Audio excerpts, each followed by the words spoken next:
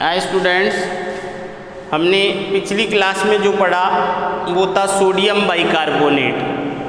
आज हम जो पढ़ेंगे वो है सोडियम कार्बोनेट।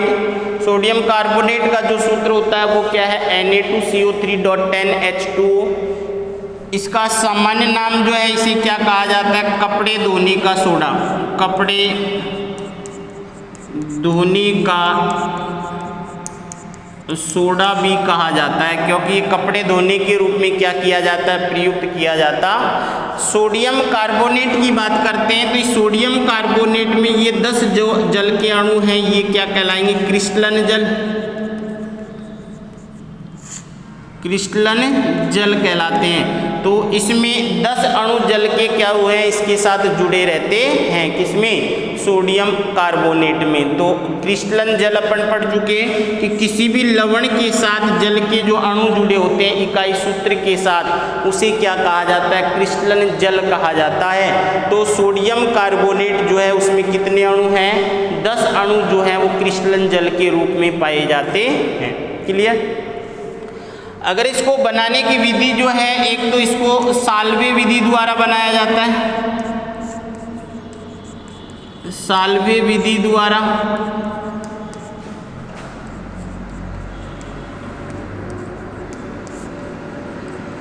तो दूसरा जो है वो है सोडियम बाइकार्बोनेट जो है उसको गर्म करके बनाया जाता है।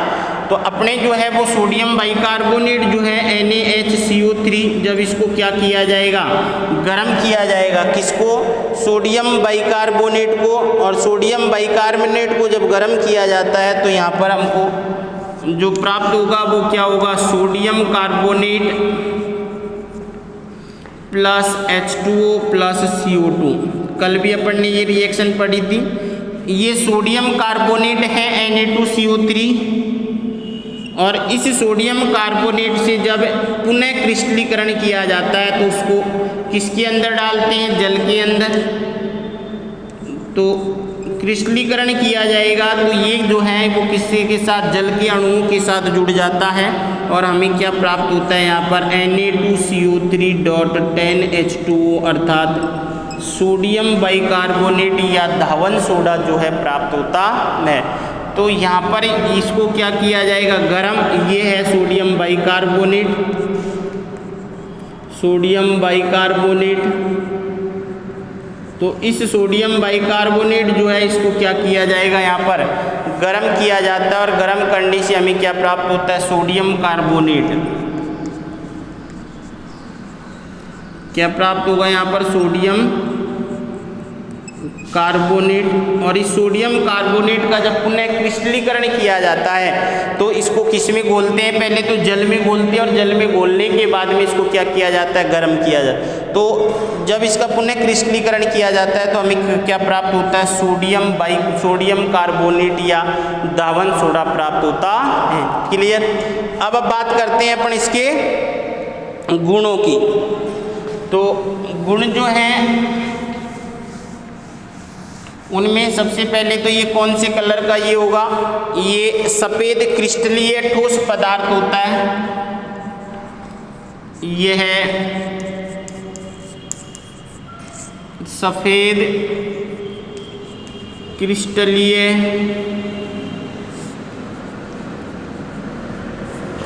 ठोस पदार्थ होता है। यह सफ़ेद क्रिस्टलीय कैसा पदार्थ है, ठोस पदार्थ है यह। उसके बाद में अगर देखते हैं तो यह जल में क्या होगा, यह जल में विलय होता है। यह जल में विलय होता है। अगर इसको अपन में जल में घोल देते हैं तो इसका जलीय विलयन कैसा होगा, क्षारीय प्रकृति का होगा। इसका जलीय विलयन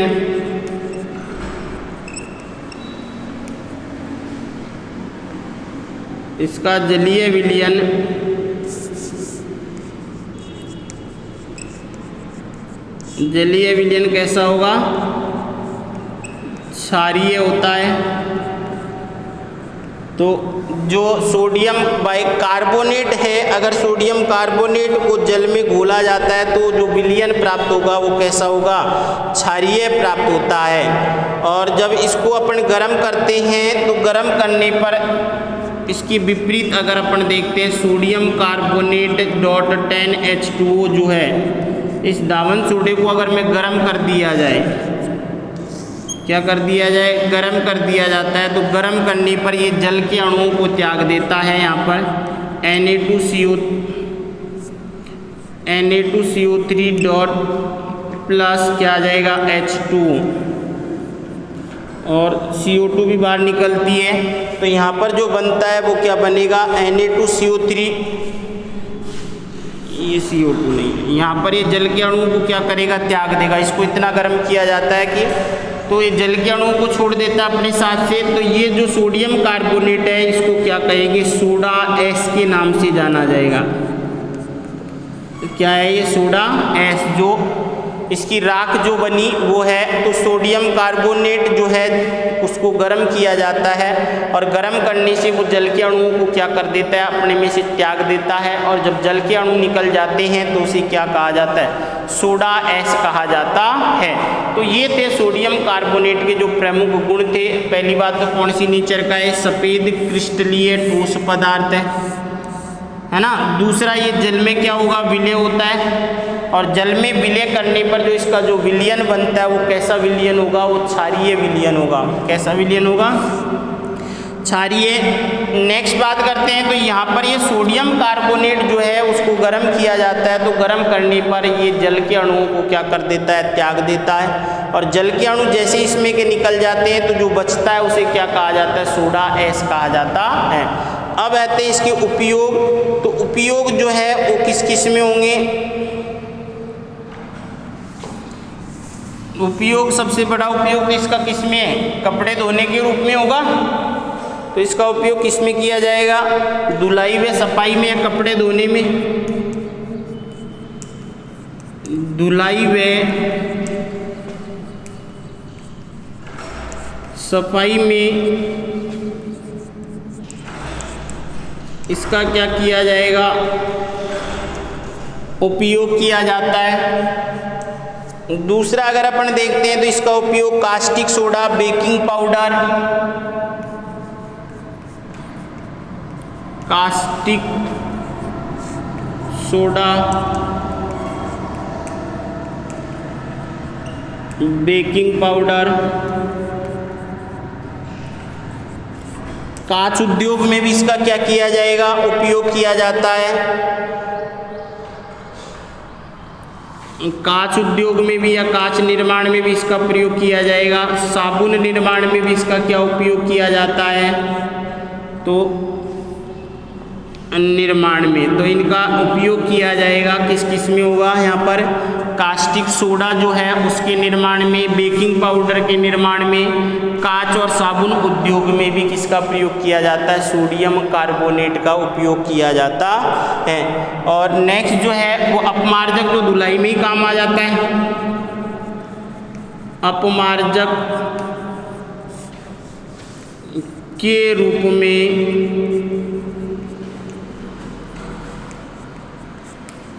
इसका उपयोग किया जाता है। क्या किया जाएगा, इसका उपयोग किया जाता है। उसके बाद में प्रयोगशाला